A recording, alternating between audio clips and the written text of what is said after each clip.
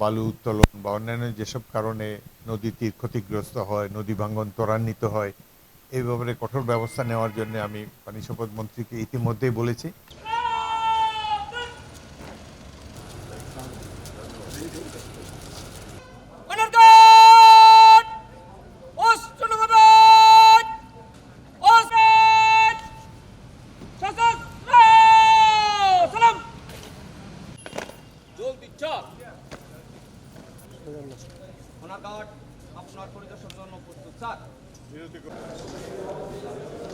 বালু উত্তোলন বা অন্যান্য যেসব কারণে নদী তীর ক্ষতিগ্রস্ত হয়, নদী ভাঙ্গন ত্বরান্বিত হয়, এই ব্যাপারে কঠোর ব্যবস্থা নেওয়ার জন্য আমি পানি সম্পদ মন্ত্রীকে ইতিমধ্যেই বলেছি এবং তারাও এসব বিষয়ে চেষ্টা করবে।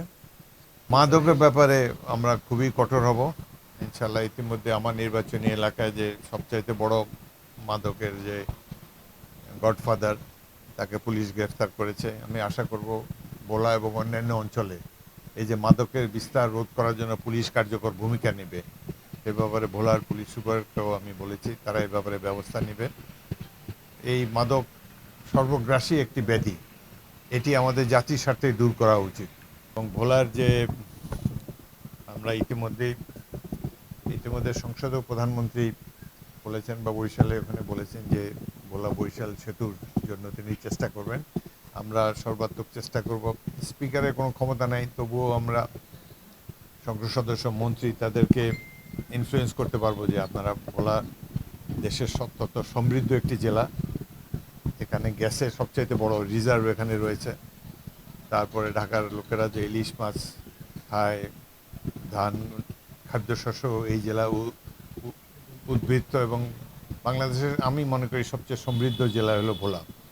সুতরাং এই জেলায় এই যে একটি ব্রিজের অভাবে মানুষের অনেক সাফারিং আছে, এটা দূর করার জন্য সরকার নিশ্চয়ই প্রয়োজনীয় ব্যবস্থা গ্রহণ করবে। এবং এছাড়াও ভোলা দ্বীপাঞ্চল হিসাবে এখানে চিকিৎসা সুবিধা অপ্রতুল, এখানে একটি মেডিকেল কলেজ হলে জনগণ অত্যন্ত উপকৃত হবে। এসব ব্যাপারে সরকার আশু ব্যবস্থা নেবে বলে আমি আশা করি, যাতে করে এই জ্বালানির ক্ষেত্রে কোনো ধরনের অনিয়ম যেন না হয়, সাধারণ জনগণ যেন জ্বালানি থেকে বঞ্চিত না হয়। এ ব্যাপারে তারাও প্রয়োজনীয় ব্যবস্থা গ্রহণ করবেন। সবাইকে ধন্যবাদ।